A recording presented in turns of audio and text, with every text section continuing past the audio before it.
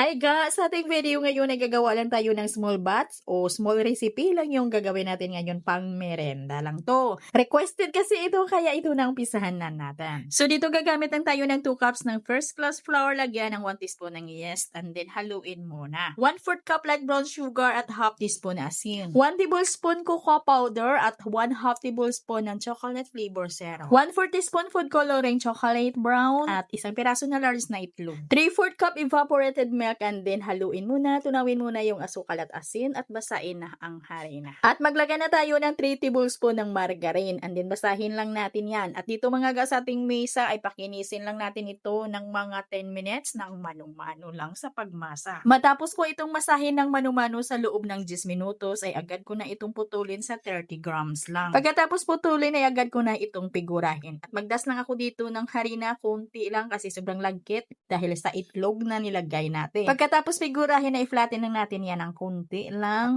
Yung ating plancha ay nagdas na ako dito ng harina. At paalsahin lang natin ito ng mga 1 oras bago natin lutuin. At ito na mga pagkalipas ng 1 oras ay lutuin na natin sa mainit na mantika. Katamtaman lang yung apoy ng ating kalan dito.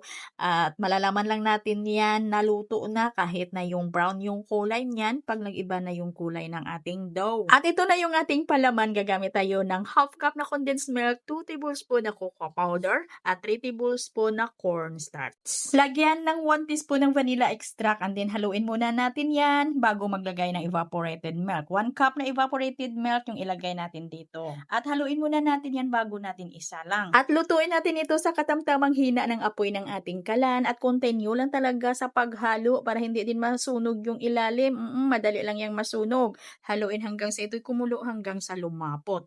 At pag lumapot na, patayin na ng apoy ng kalan at maglagay na ng 1 tablespoon ng margarine and then haluin para matunaw yung margarine natin. At para naman sa pang-coat ng ating mga donut, mayroon tayo ditong 1 cup ng cocoa powder at haluan ko ito ng 1/3 cup powdered milk. Hindi tayo dito maglagay ng powdered sugar para hindi madaling malusaw. Powdered milk na yung ilagay natin dito. At i-mix lang talaga natin yan ng mabuti at ipalubog na yung mga donut natin at butasan lang natin yung ating donut kasi lagyan na natin ito ng palaman. Ito na yung ating palaman, medyo malamig na. At mga nag-double coat ako dito para mas makapal yung ating coating. At para mas maganda din tingnan, ay maglagay tayo ulit dito sa ibabaw ng ating palaman.